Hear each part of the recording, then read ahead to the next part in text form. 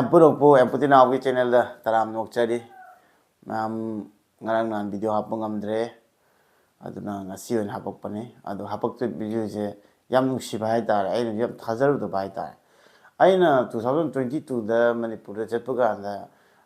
aigi keno dagi Facebook taki aduga aigi YouTube pu follow tawbiba nungsiba Enao ma Bhagat Warekpam pawiba ko nampuram dagi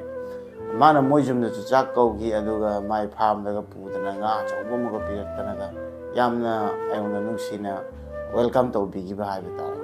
aduga koi ni sei ga ma sei sakpa yaiba sei ga saktana aduga aina ga jakoi ga sanadana koi ni yam enjoy to gi haitare adu Bhagat se mana adudana ayonda haidi photo ma ai hana gi photo yamna memory oi photo ni ko ma haibudi aina phaidagi pamjagi photo so oi ꯑꯩꯈꯣꯏꯒꯤ ꯏꯅꯥꯎ ꯅꯨꯄꯥ ꯑꯃ ꯀꯣ ꯑꯩꯈꯣꯏꯒꯤ ꯍꯦꯔꯣꯖꯤ ꯍꯥꯏꯅ ꯏꯅꯥꯎ ꯅꯨꯄꯥ ꯑꯗꯨꯒꯤ ꯃꯥꯒꯤ ꯂꯧꯈꯠꯄ ꯆꯠꯄꯒꯤ ꯃꯇꯥꯡꯒꯤ ꯐꯣꯇꯣ ꯑꯣꯏꯕꯅꯦꯕꯀꯣ ꯑꯩꯒꯤ ꯍꯦꯛ 2019ꯒꯤꯗꯅꯦꯕꯀꯣ ꯍꯥꯏꯗꯤ ꯈꯣꯡꯅ 2020ꯗ ꯁꯣꯛꯄꯅꯦ 19ꯒꯤꯅꯦꯕꯀꯣ ꯑꯩꯅ ꯍꯥꯏꯗꯤ ꯐꯣꯇꯣꯁꯦ ꯂꯣꯏꯔꯝꯗꯥꯏ ꯑꯣꯏꯔꯛꯄꯩꯗꯣ ꯑꯗꯨꯗꯩꯗꯨ ꯅꯝꯍꯧꯕꯅꯤ ꯐꯣꯇꯣꯁꯦ ꯌꯥꯝ ꯐꯖꯩꯅ ꯑꯩꯅꯁꯨ ꯐꯦꯁꯕꯨꯛꯇ ꯍꯥꯞꯈꯤꯕ ꯑꯗꯨꯒꯤ ꯐꯣꯇꯣꯗꯣ ꯚꯒꯠꯅꯁꯨ ꯐꯖꯩ ꯈꯪꯕꯅꯤꯅ mana download tau thamba aduga mana ai se yekpigani hana khangiba leibajani adu idi am thajarude aionda ga yekpigani hana adu myam Bhagat yam afawa artist makti natte adu mana ngarang na salam phone tawsilaga aionda surprise bisilakpase yamna nungsi haiba tare mana phone hek tawsilaga akhoi na wari sanabagi matek ju myam dai tanjarake aduga mana aigi manba mandaba mana nuksini yekpiraido aidam tandi yam ning value yana khalle mayam da ujarak ya den na si photo de kuira bani nang download to ira natraga ni lo hawira Facebook to adula aina hawai kena tawjiba yeke aina laptop to adula yisum aina kena tawjiba kuya bai wani da mamang kai idan mamang wari ne adai kamaina ke khangi no pungning da dum gining mo phawgi ra nei photo to Ina WG pira kadini na haida na ai dum ko ne ko mani en hawa yek pa ka sum free time le ngai college ngai college kai ngai de ngai da WG ne yek ai yek pira na haidi ne na yek pi ha kan yek di horo da ina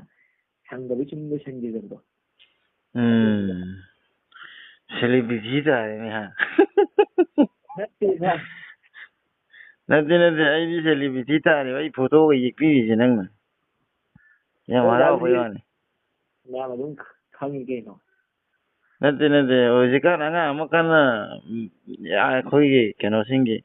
youtuber khangde manipur gi actor singi photo ga yami pi bana viral khara chatta ne chala ga na lo ya nga amakana yekoni adu mongda khoi di kai di nang na somai yekirek pasi dia marawi majuma le yam nusi yam hairamina nang di kai de da si ka bu kuire somaina ka bu ka free oi ani okay thank you aina da lakpa kana lawar lore fazana oi ai lakpa kanda hairo aina ni point pi bi ka atang mo gip ni pungning haji ai gi just accident oidri ba mamang da Enao ni pa amagi keno satpani ba khoi gi mogi hajing bo ara tan lokhat pa satpani ba aduda number photo ni ba adudo adu last memory gi mong ni ba do sing do adudo nang no samai gi pirak putu ga khangning ning jing pai da nuk si pai da yam pamjagi ba photo ni ne sa do thank you sini ma'am aina zo yam nuksi photo oiba adaidi manam samani yekpirakba